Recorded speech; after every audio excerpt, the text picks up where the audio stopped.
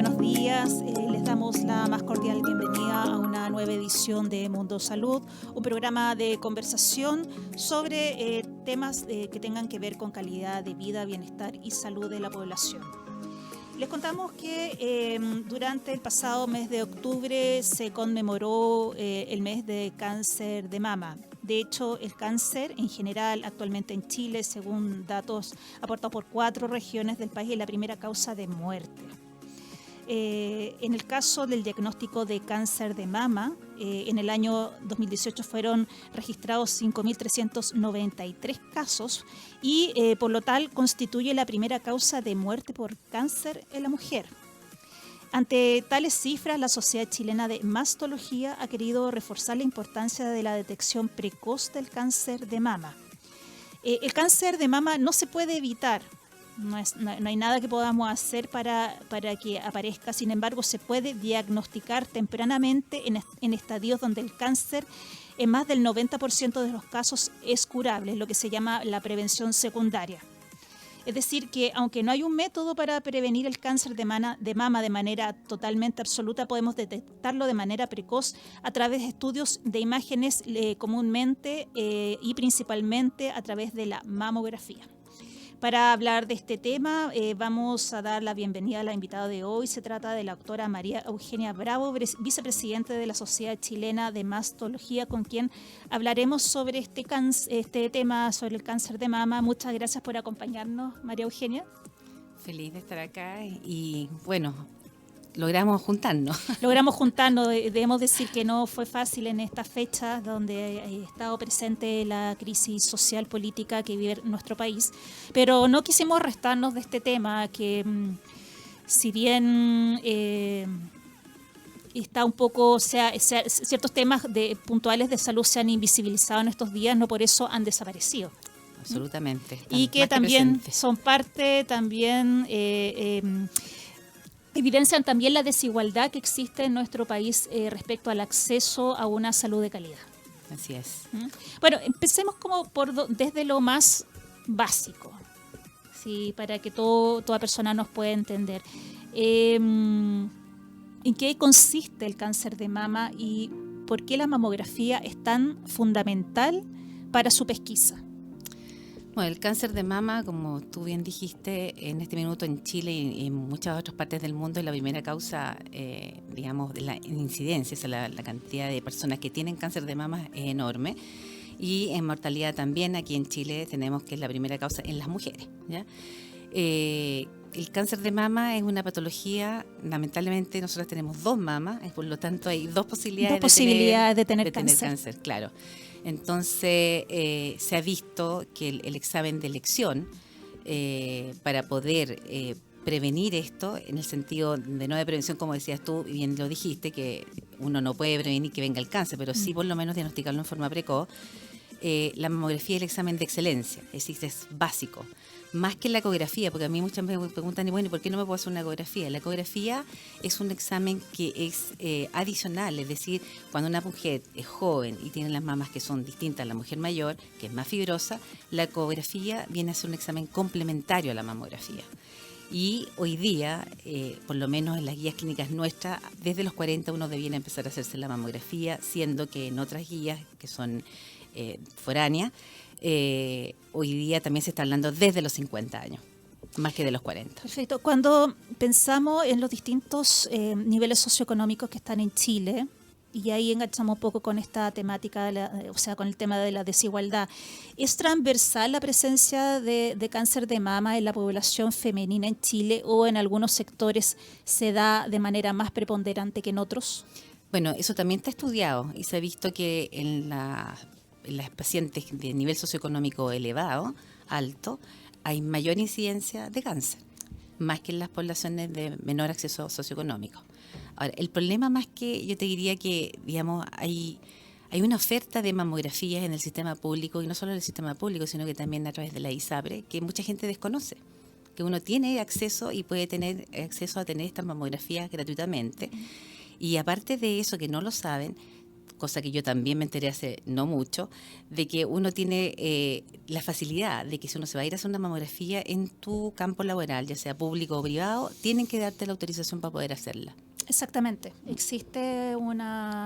Tiene que existir una autorización por parte es decir, el empleador no se puede negar a que tú, en el fondo, vayas en horario laboral a realizarte la mamografía. Eso es parte de digamos, de ciertas como Pero hay garantías. mucho desconocimiento. Exactamente. Ese es el problema. Ahora, volviendo un poco a la pregunta anterior, ¿existe algún estudio o investigación de por qué en el sector socioeconómico alto hay mayor prevalencia del cáncer de mama? Porque te lo pregunto por lo siguiente, porque entre las muchas como factores no son determinantes, pero que en el fondo inciden en el cáncer de mama y en otros cánceres, por ejemplo, está la obesidad. Y uno ve que la obesidad está más presente en sectores socioeconómicos bajos que altos. Entonces, ¿qué factores? ¿Se ha hecho alguna investigación al respecto? ¿Está en proceso? Está en proceso porque realmente, bueno, han salido muchos estudios que hablan, por ejemplo, como tú bien dices, del tema de la obesidad, pero que esa obesidad tiene que ver con la transformación de estrógenos. O sea, habría un aumento de los estrógenos a nivel, digamos, de los sitios donde se metaboliza y por lo tanto la grasa posteriormente es transformada en este tipo de componentes. Pero así real, causa, efecto, uno no lo tiene, pero sí uno sabe que es multifactorial, porque también tienes que pensar que la gente de nivel socioeconómico tiene menor acceso a muchas cosas y por lo tanto, a diferencia de la gente que tiene mayor acceso, en el sentido de que tienen más acceso inmediatamente, digamos, a una control mamográfico en forma precoz, tiene mayor conocimiento. Tiene mayor conocimiento de las cosas que sí pueden aportarle, en el sentido de que pueden tener esta mamografía, esta autorización, por ejemplo, del punto de vista laboral para poder realizarla. Y lo otro, además, que el tema tiene que ver con hoy en Chile, por ejemplo, las mujeres sobreviven promedio 86.6 años, por lo tanto, tiene que ver con el envejecimiento celular. Es decir, en el mundo la gente está viviendo mucho y por lo tanto el cáncer va a ser la primera causa de muerte más allá de los accidentes cerebrovasculares. Claro, a mayor edad, mayor posibilidad de, en el fondo, desarrollar algún tipo de cáncer, sea de mama u otro. Hay un descontrol a nivel celular que se produce por envejecimiento y eso es inevitable. Perfecto. Ahora, volviendo a la mamografía, ¿cuál, si es que existe el registro, es el nivel de realización de la mamografía en Chile? Mira, en los últimos estudios que salieron era menos del 40 y tantos %, o sea, a nivel público. A nivel público. Claro, por lo tanto hay una gran cantidad de mamografías que se han perdido en el trayecto en que no se realizaron básicamente por desconocimiento. Entonces ahí tenemos una brecha y eso tiene que ver mucho con la educación y por eso que es súper bueno este tipo de programas, ya sea radiales o en televisión o información que hay que darle a la población. Pues la población lamentablemente deja de lado este tipo de cosas, como este tipo de enfermedades. Claro. Ahora, respecto a la realización de la mamografía, las personas no acceden por desconocimiento, por dejación. Me da lata hacerme el examen o otro trámite más. Yo creo que es multifactorial. Multifactorial. Sí, es multifactorial. De todo, porque piensa tú que en los estratos socioeconómicos bajos, mucha gente tiene que cuidar niños chicos, no sale por eso, es decir, porque no tiene con quién dejar al niño, las horas de los hospitales a veces se las cambian, tienen que llegar muy temprano, tienen que solicitarlas previamente. Entonces, o sea, la brecha, la barrera ahí de ingreso, digamos, de acceso, o sea, está el acceso, pero hay ciertas barreras que a veces dificultan el concretar el examen. Sí, perfecto. Ahora, cuando uno va al sistema privado, a la oferta, digamos, de lugares donde hacerse mamografía es muy amplia. Enorme. Es muy amplia y los precios son muy variados. Uno puede acceder siendo cotizante FONASA o de ISAPRE, pero sin embargo yo le he escuchado a diversos médicos que no da lo mismo dónde hacerse el examen de mamografía porque también según el equipamiento, hay equipamiento que no, digamos que no está o sea, no es que no sea adecuado, pero quizás no es lo suficientemente nuevo o no sé, hace que en el fondo no detecte un posible cáncer? El tema, más que yo te diría del tipo de mamógrafo, hay un problema, digamos, que es doble, porque tienes que tener un buen equipo y además tienes que tener un buen Un radiólogo buen radiólogo que informe y que vea las lesiones. Porque muchas veces, digamos, hay lugares donde la mamografía la informa a alguien que no tiene experiencia y por lo tanto, nosotros nos ha pasado muchas veces, no voy a mencionar los centros, Claro. pero uno ve que el cáncer estaba puesto hace un año y no fue diagnosticado porque la persona que informó el examen no era el experto en el tema. Y eso es terrible porque en el fondo darte cuenta que el examen, digamos, con ese examen ese cáncer estaba puesto hace un año y que podría haber sido absolutamente distinto el pronóstico de esa paciente, es difícil, es complicado.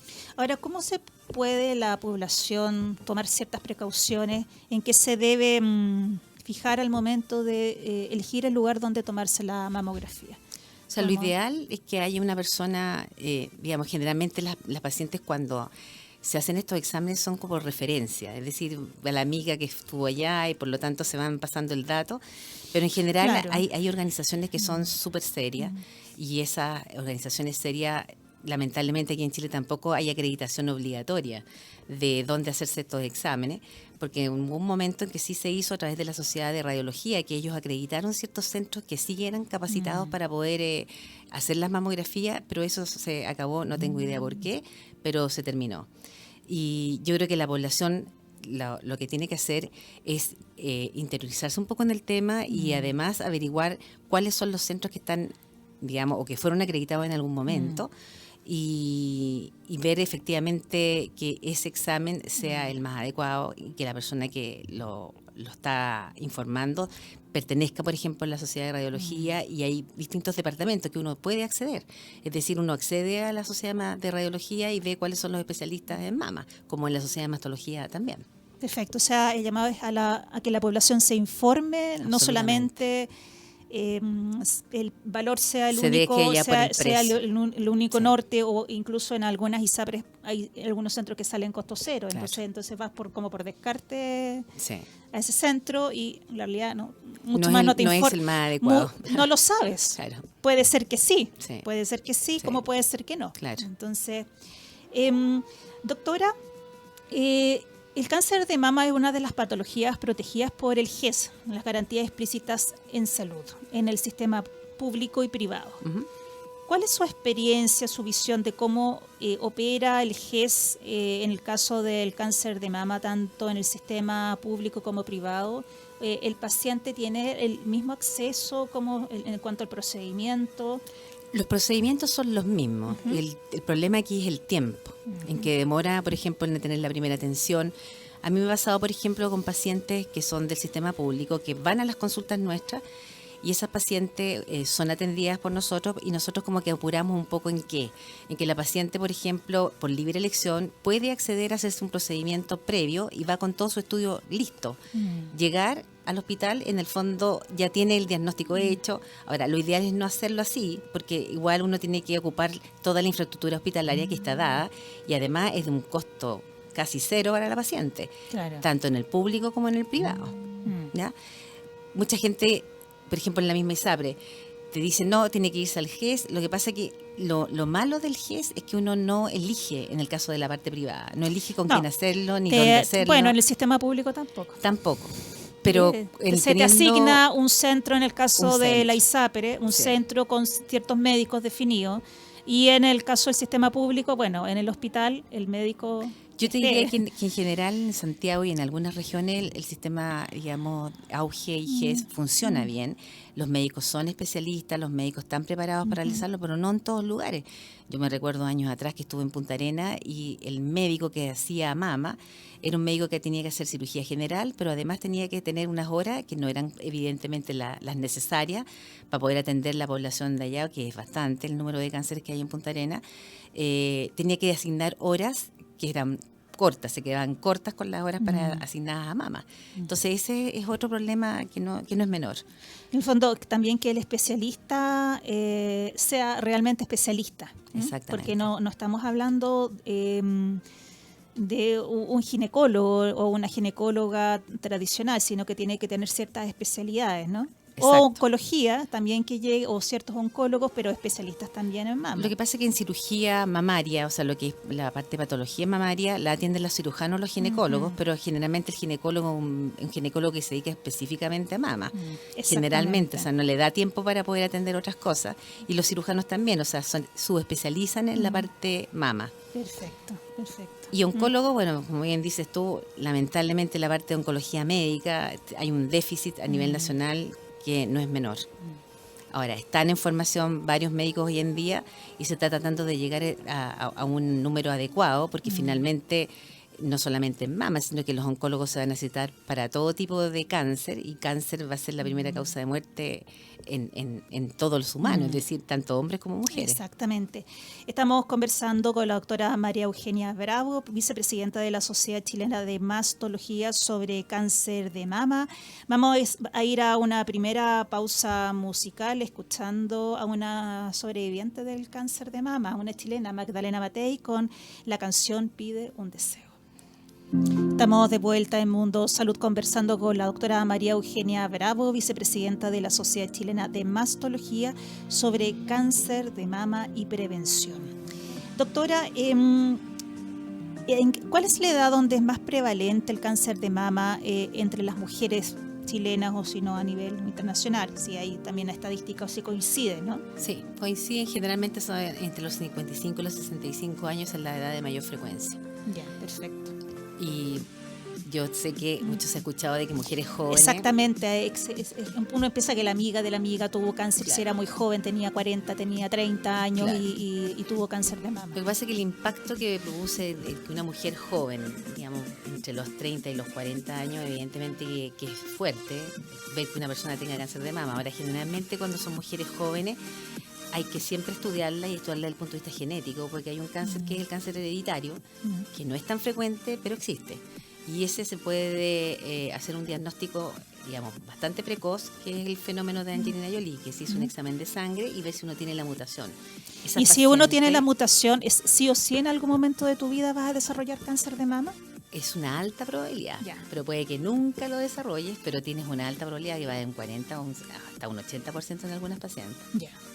Claro, en el caso de ella, bueno, se supo, fue ampliamente sabido que ella optó por hacerse una mastectomía completa antes de. Lo que pasa es que ella tenía su abuela que había fallecido de un cáncer de ovario, creo, y la mamá de mamá, o viceversa, y se hizo el examen la mamá y tenía la mutación. Y esa mutación hay que hacerla siempre, buscarla en una paciente que tenga cáncer.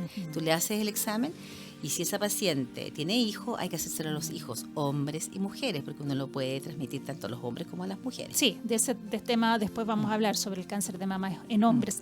El resto de las mujeres que tienen cáncer, porque este cáncer hereditario es muy minoritario, en términos de porcentaje dentro de los cánceres de mama, ¿a cuánto asciende? Es 5 a 10%. 5 a 10%. ¿Y el Sí. resto? Y el resto es esporádico. Esporádico. Pero hay otro grupo que es también entre 5 y 10%, que puede ser el familiar, que es pacientes que tienen cáncer de mama, pero en gente mayor.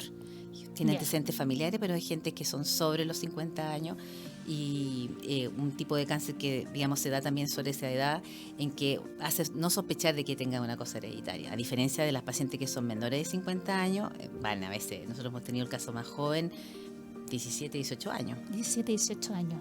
Así es. ¿Y en ese caso fue hereditario? En el caso que, por lo menos que te estoy contando yo, es que no se pudo hacer el examen, porque en esa época todavía no llegaba así en forma tan barata como es hoy día, porque ese examen antiguamente, te diría hace unos 3, 4 años atrás, valía $3,000, $4,000 hacerlo. El genético. El genético. Perfecto. Y ¿Se puede hacer en Chile o se tiene que...? Se toma acá la muestra, pero y se envía afuera. Ya, Sí. perfecto. Pero hoy día sale entre 280 y 330 mil O sea, pesos. es mucho más accesible. Mucho más, y además que el tema aquí, yo siempre les digo a las pacientes, es un tema de familia, por lo tanto ahí tienen que cooperar todo el mundo de esa familia, o sea, las tías, las primas, todas las personas, porque en el fondo es una información que es súper buena, y tenerla en consideración es súper valioso. Y el resto es cáncer esporádico. Estamos hablando de más del 80% de lo que queda. Y ese esporádico significa que te tocó. Exacto. Así, aleatoriamente. Aleatoriamente. Y de ahí que la mamografía sea tan relevante para la pesquisa temprana de este cáncer, ¿no? Exactamente. Exactamente.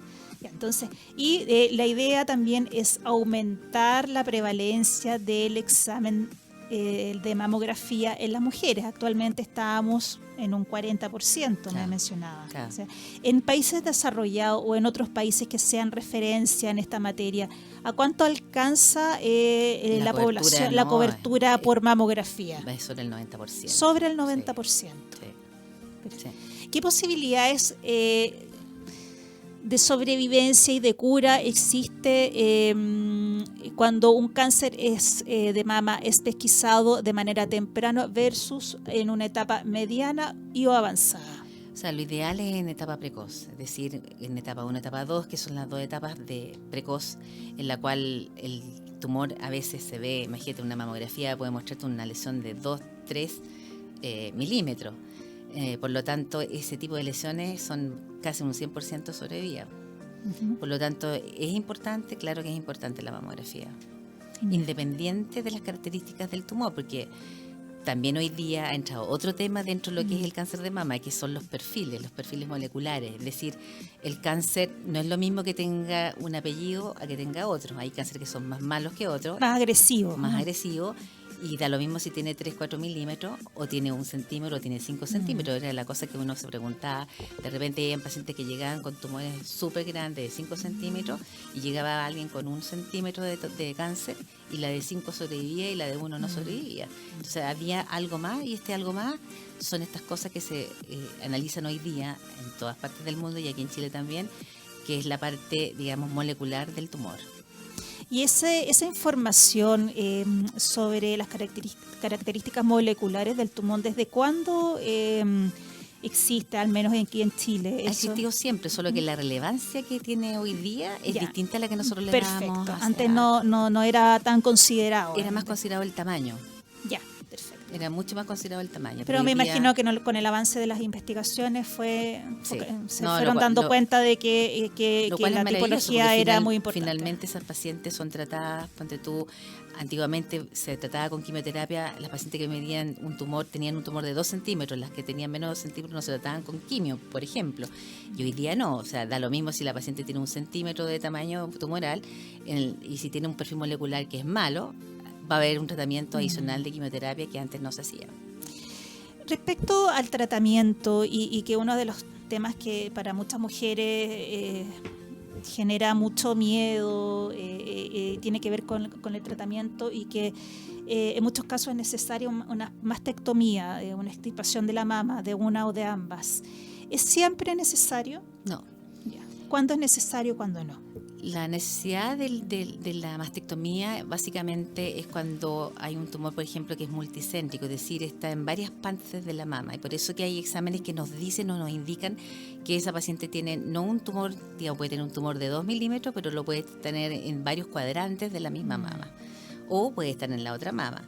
Para eso sirve otro examen que se hace cuando uno ya está con un diagnóstico de cáncer, que es la resonancia magnética, que es el examen de elección para poder definir si hay más lesión en la misma mama, porque hay cosas que no la ven ni la mamografía ni la eco, y se hace con la resonancia, por ejemplo. Otra causal de mastectomía son pacientes, bueno, que tienen, por ejemplo, son portadoras de alguna mutación y la paciente desea o quiere hacerse una mastectomía. Incluso está autorizada y algunos seguros lo respetan en el sentido de que autorizan el pago de ese tipo de prestaciones, ¿ya? Otra causal de mastectomía es, por ejemplo, cuando la paciente lo desea, cosa que nos costó mucho entender, porque Chile no es que le digan, que le informen a la paciente: usted tiene cáncer, y independiente de las características del tumor o del pronóstico. Claro, hay pacientes que quiere sí o sí la mastectomía. Sí, y eso empezó a ocurrir hace relativamente poco. Sí, lo que pasa es que les ha ido un ascenso, porque igual la paciente tiene tanto miedo, o sea, sobre todo las pacientes, por ejemplo, tienen mucho miedo a la quimioterapia, al tema de la caída del pelo, a sentirse mal, porque hay drogas que son efectivamente más tóxicas que otras, y por lo tanto los tratamientos son sobrellevados por algunas súper bien y por otras lo pasan muy mal. Entonces no quieren volver a vivir eso y prefieren, por ejemplo, hacerse una mastectomía, o tienen alguna persona cercana que lo vivió y no quieren vivirlo y no tener la experiencia evidentemente negativa de lo que es el tratamiento. Pero cuando se realiza una mastectomía no necesariamente significa que te vas a saltar una quimioterapia, ¿no? No necesariamente. Al menos de experiencia de cercanas no ha sido así. Exactamente. No indica de que no vayas a recibir, porque depende de lo que hablábamos recién del perfil del tumor. Es decir, si un tumor que es de los malos, da lo mismo que te hagas la mastectomía porque igual vas a tener que recibir. Y además, si hay ganglios positivos en la axila. ¿Y hay casos en que no es necesaria la quimioterapia? Sí. Ya. Bueno, hoy día también hay otro tema que salieron. Toda esta cosa del avance en la medicina es maravilloso porque finalmente cada día salen más exámenes que es para estudiar. Hay varias, digamos, hacen en Estados Unidos, que es el Oncotype, el MammaPrint, que son unos exámenes para ver el tema del perfil molecular específico de cómo es, y se hace este examen, que es un examen que se le hace al tumor, y finalmente indica si ese tumor es de bajo riesgo, de intermedio o es alto riesgo. Y por lo tanto, las pacientes que salen dentro de ese examen, que son de alto riesgo, esas pacientes deben ir a quimioterapia. Y hay pacientes, por ejemplo, que nos ha pasado, que uno dice, tiene axila positiva, tiene esto, pero le salió uno de estos exámenes que es de bajo riesgo y que se puede tratar solamente con un medicamento, bienvenido sea. ¿Y todos esos exámenes están disponibles en ambos sistemas? No, están disponibles en el área privada porque son caros. Son muy caros. O sea, pero ¿están codificados, por ejemplo, o son privados? Significa que no tienen cobertura de ningún sistema. Pero sí, por ejemplo, nosotros hemos tenido algunas pacientes que lamentablemente uno lo ve con el uso de este tipo de exámenes, en que algunos seguros sí lo han cubierto. Seguros complementarios a la ISAPRE. Claro, en el fondo tú vas a la ISAPRE, llegado el momento de reembolsar, te dice, esto no reembolsa, y te timbran la boleta, dice no reembolsable, y tú vas al seguro y te reembolsan algo en el fondo. El tema es que tú dices, o sea, que es una tontera, porque finalmente, yo entiendo que es un examen caro.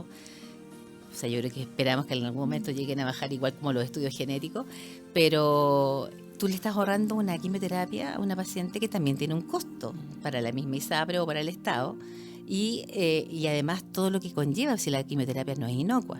Una paciente puede terminar con otras enfermedades adicionales producto de la quimioterapia. Entonces, es ahí el contrapeso. En Estados Unidos, yo estuve en el año 2011 y se hacía a todas las pacientes, la gran mayoría de las pacientes en etapas precoces, de ver si efectivamente era necesario o no hacer la quimioterapia.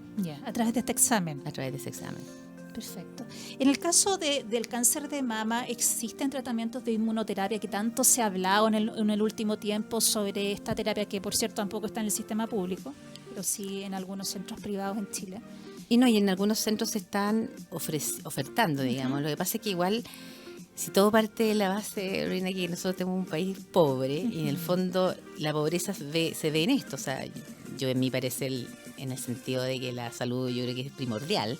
O sea, el gasto no se debe medir, pero lamentablemente se mide porque finalmente somos muchos y hay poca plata y hay que repartirla.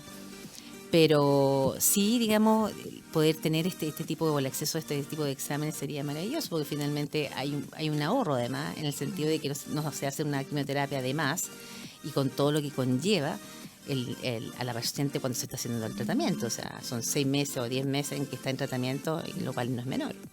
Por supuesto, y significa que esa paciente seguramente podrá de su sistema laboral. Exactamente, podrá volver más prontamente al sistema laboral y contribuir socialmente también al sistema. Si no, mientras eso no pase, sigue siendo un costo. Y además que la mujer, lamentablemente, aunque me escuchen los hombres, pero es fundamental en un hogar. Sí, claro. O sea, falta el papá. Se enferma la mujer y se enferma la familia, se enferma la familia completa. Sí. Entonces, el costo social, familiar es tremendo. Así es. Es tremendo. Bueno, te invito a ir a una pausa musical.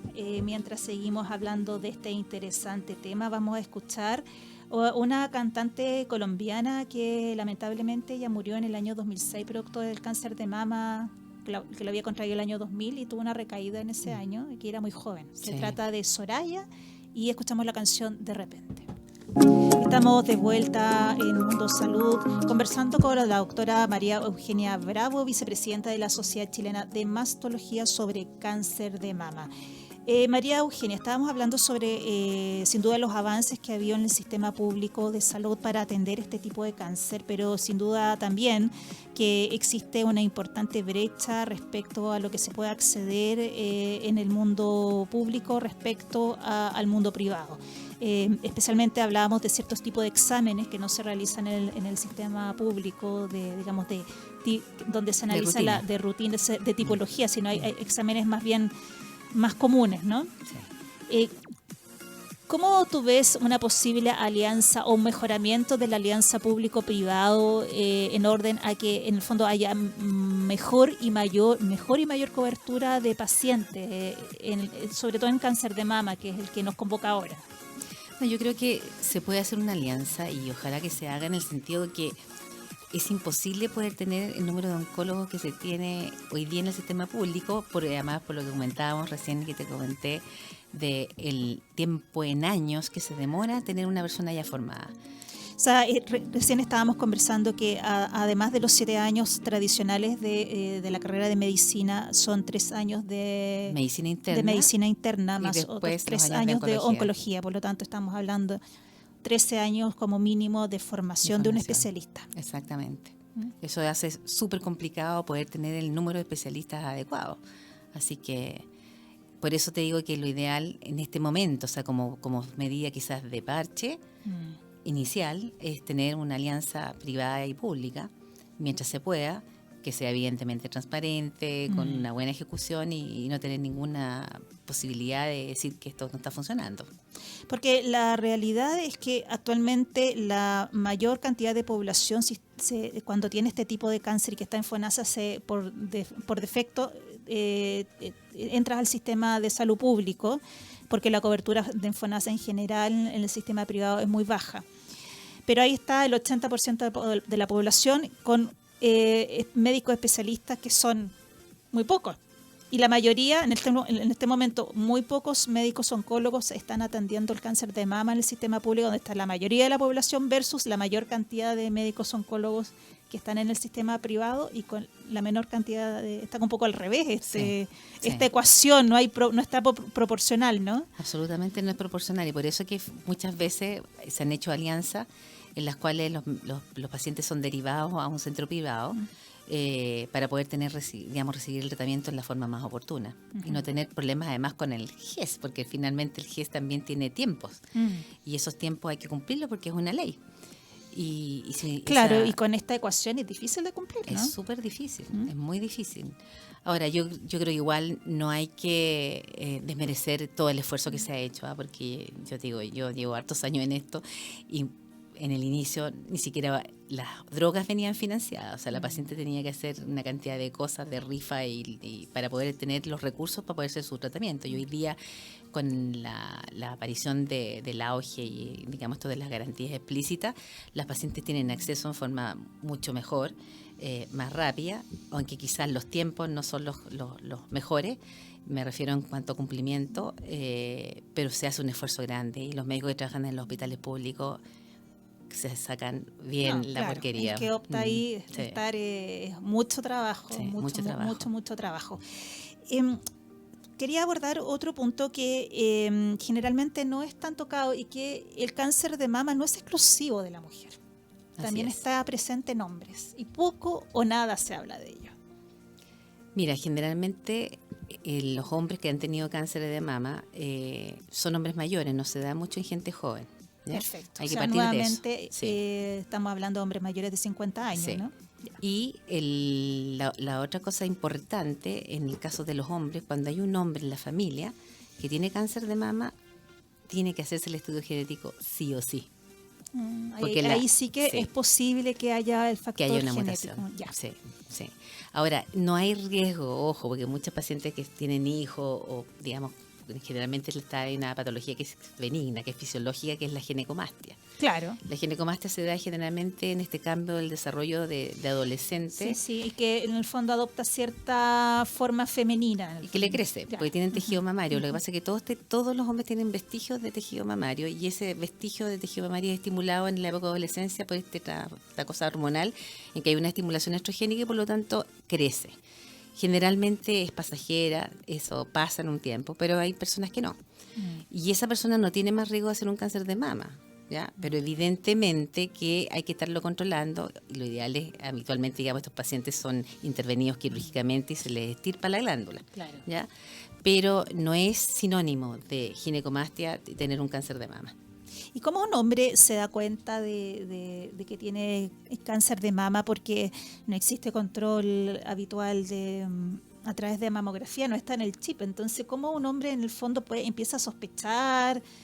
¿Qué pasa? Generalmente aparece una lesión, ya sea en relación a la parte donde está la glándula o en la areola y el pezón. Ya, o sea, visible. Ya. Sí, es visible. Y lo lamentable de eso que es visible es que puede estar una etapa avanzada. avanzada. Claro.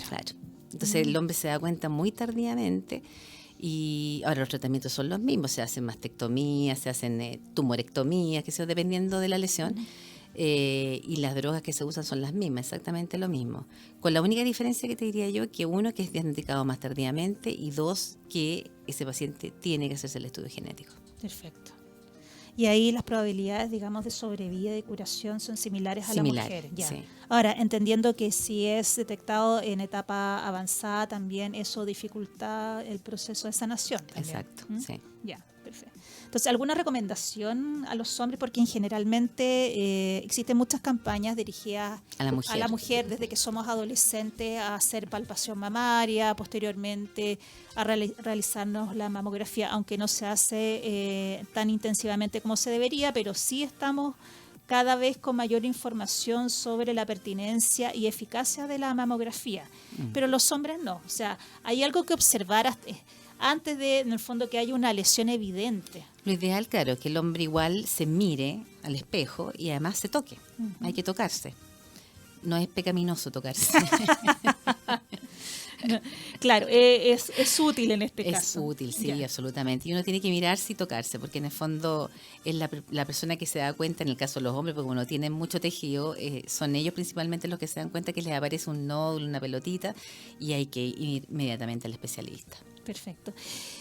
¿Qué otros tipos de patologías mamarias en el caso de la mujer existen comúnmente y que pueden ser, no son cáncer evidentemente, pero al hacer la palpación mamaria una mujer puede decir, ¡oh, tengo cáncer! Porque en el fondo se toca un nódulo, una pelotita, inmediatamente Houston, saltean las alarmas, todas las alarmas. El tener un nódulo, o sea, la presencia de algún bultito, un nódulo, no necesariamente es significativo de cáncer. Sí. O sea, hay nódulos, ponte tú, que son de agua, que son los quistes. Y esos quistes, generalmente, por ejemplo, la paciente se asusta mucho porque puede crecer de un día para otro de 2 centímetros. O sea, tú te tocaste el día anterior y no tenías nada y al otro día tienes un nódulo así de 2 centímetros. Habitualmente son nódulos de agua, que tienen que ver un poco con toda esta cosa que hablábamos de las hormonas.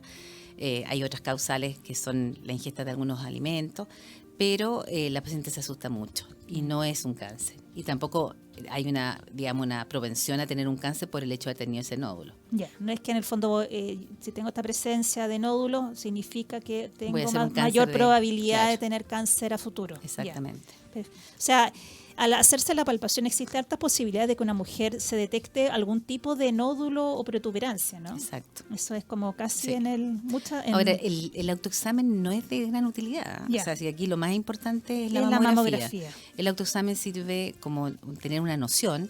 O sea, lo ideal, claro, es palparse y conocer sus mamas.